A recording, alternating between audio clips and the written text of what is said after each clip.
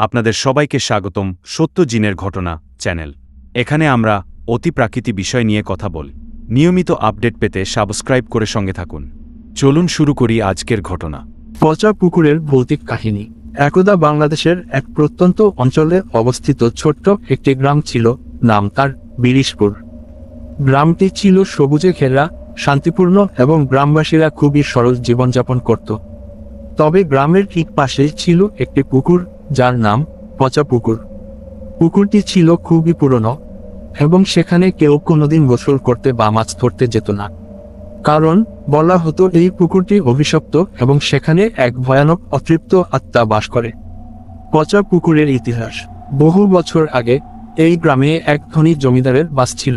তার একমাত্র কন্যা রুকসানা ছিল গ্রামের সবচেয়ে সুন্দরী এবং শিক্ষিত মেয়ে। রুকসানা ছিল খুবই প্রাণবন্ত এবং সাহসী।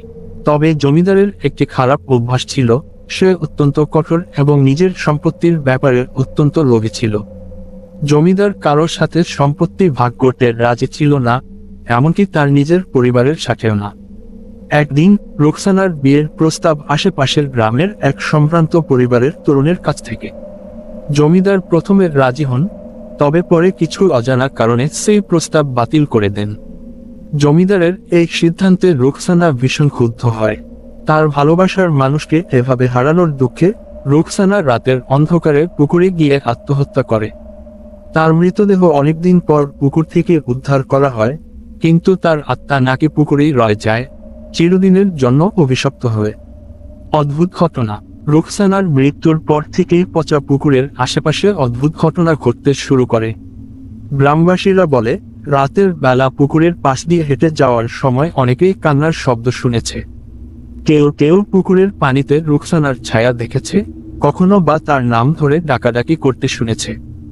এই ঘটনার পর থেকেই গ্রামের লোকজন পুকুরের কাছে যাওয়া বন্ধ করে দেয়। পুকুরের পানি কালো হয়ে যেতে থাকে এবং সেখানে থেকে তীব্র দুর্গন্ধ ছড়াতে শুরু করে। এই কারণেই গ্রামের লোকেরা একে পচা পুকুর নামে ডাকতে শুরু করে। গ্রামের নতুন বাসিন্দা। বহু বছর পর গ্রামে রুবেল নামে এক যুবক আসে, যিনি শহর থেকে নতুন কিছু ব্যবসা শুরু করার ইচ্ছে নিয়ে এসেছিল। সে ছিল খুবই যুক্তিবাদী এবং অতিপ্রাকৃত কোনো কিছুতে বিশ্বাস করত না।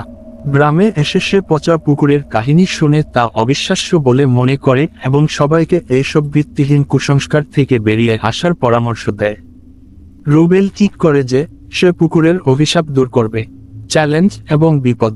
রুবেল ঘোষণা দেয় যে সে রাতের বেলাতেই পুকুরের কাছে গিয়ে সেখানে গোসল করবে এবং প্রমাণ করবে যে সেখানে কোনো অভিশাপ নেই। গ্রামের সবাই তাকে বারবার নিষেধ করে, কিন্তু রুবেল কারো কথা শুনে না। সে রাতে একা পুকুরের দিকে যাত্রা শুরু করে। পুকুরের কাছে পৌঁছে রুবেল সোজা পুকুরের পানিতে নেমে যায়। প্রথম দিকে কিছুই অস্বাভাবিক মনে হয় না, তবে কিছুক্ষণ পর পানিতে একটা ভারী শীতলতা অনুভব করতে শুরু করে। অতৃপ্ত আত্মার সাক্ষাৎ। রুবেল পুকুরের পানিতে নামার কিছুক্ষণের মধ্যেই চারপাশে অন্ধকার ঘনিয়ে আসে। হঠাৎ সে দেখতে পায় পুকুরের পানির মধ্যে একজন নারীর অবয়ব, সাদা শাড়িতে মোড়া, মাথা নিচু করে দাঁড়িয়ে আছে। নারীর চুলগুলো এলোমেলোভাবে ভেজা, তার মুখটা ঢেকে আছে। রুবেল প্রথমে বিশ্বাস করতে চায় না, তবে ধীরে ধীরে সেই অবয়ব তার দিকে এগিয়ে আসতে থাকে।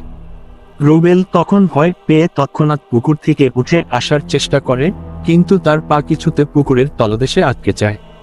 সে চেষ্টা করেও উঠে আসতে পারে না। সেই নারীর অবয়ব ক্রমশ তার কাছে আসতে থাকে এবং তার ঠোঁট থেকে একটি ফিসফিস শব্দ শুনতে পায়, তুই আমাকে এখান থেকে মুক্তি দিতে এসেছিস, তাই না? কিন্তু তুইও বাঁচতে পারবি না। রুবেল চিৎকার করে সাহায্য চাওয়ার চেষ্টা করে, কিন্তু তার গলা দিয়ে কোনো শব্দ বের হয় না। কিছুক্ষণ পর সে অজ্ঞান হয়ে যায়। পরের দিন সকালে গ্রামের লোকজন রুবেলকে পুকুরের ধারে অজ্ঞান অবস্থায় খুঁজে পায়, তবে তার মুখে প্রচণ্ড ভয় আর আতঙ্কের ছাপ। সে জ্ঞান ফিরে পেলেও কথা বলতে পারছিল না, তার মুখ থেকে কোনো আওয়াজ বের হচ্ছিল না। শেষ কথা, পচা পুকুরের সেই ভৌতিক ঘটনা গ্রামে আবারও আলোচনার বিষয় হয়ে দাঁড়ায়। রুবেল এরপর আর কখনো স্বাভাবিক জীবনে ফিরে আসতে পারেনি। গ্রামবাসী পচা পুকুরকে আরো বেশি ভয় করতে শুরু করে এবং সেই পুকুরের আশেপাশে যাওয়া একেবারে বন্ধ করে দেয়। রুকসানার অতৃপ্ত আত্মা যে এখনো সেই পুকুরেই বন্দী, এ কথা আর কেউ অস্বীকার করতে সাহস পায়নি। এই কাহিনী থেকে একটি বিষয় স্পষ্ট, প্রকৃতির অদ্ভুত রহস্য কখনো কখনো যুক্তির বাইরে গিয়ে আমাদের জীবনে গভীর প্রভাব ফেলে। কিছু রহস্য হয়তো না জানাই ভালো, কারণ তা আমাদের জীবনের জন্য ভয়ানক হতে পারে। আপনাদের সবাইকে ভিডিওটি দেখার জন্য ধন্যবাদ। যদি ভিডিওটি ভালো লেগে থাকে তবে লাইক করুন এবং নতুন ভিডিওর জন্য সাবস্ক্রাইব করুন। আপনার মতামত জানাতে ভুলবেন না, নিচে কমেন্টে লিখে জানান।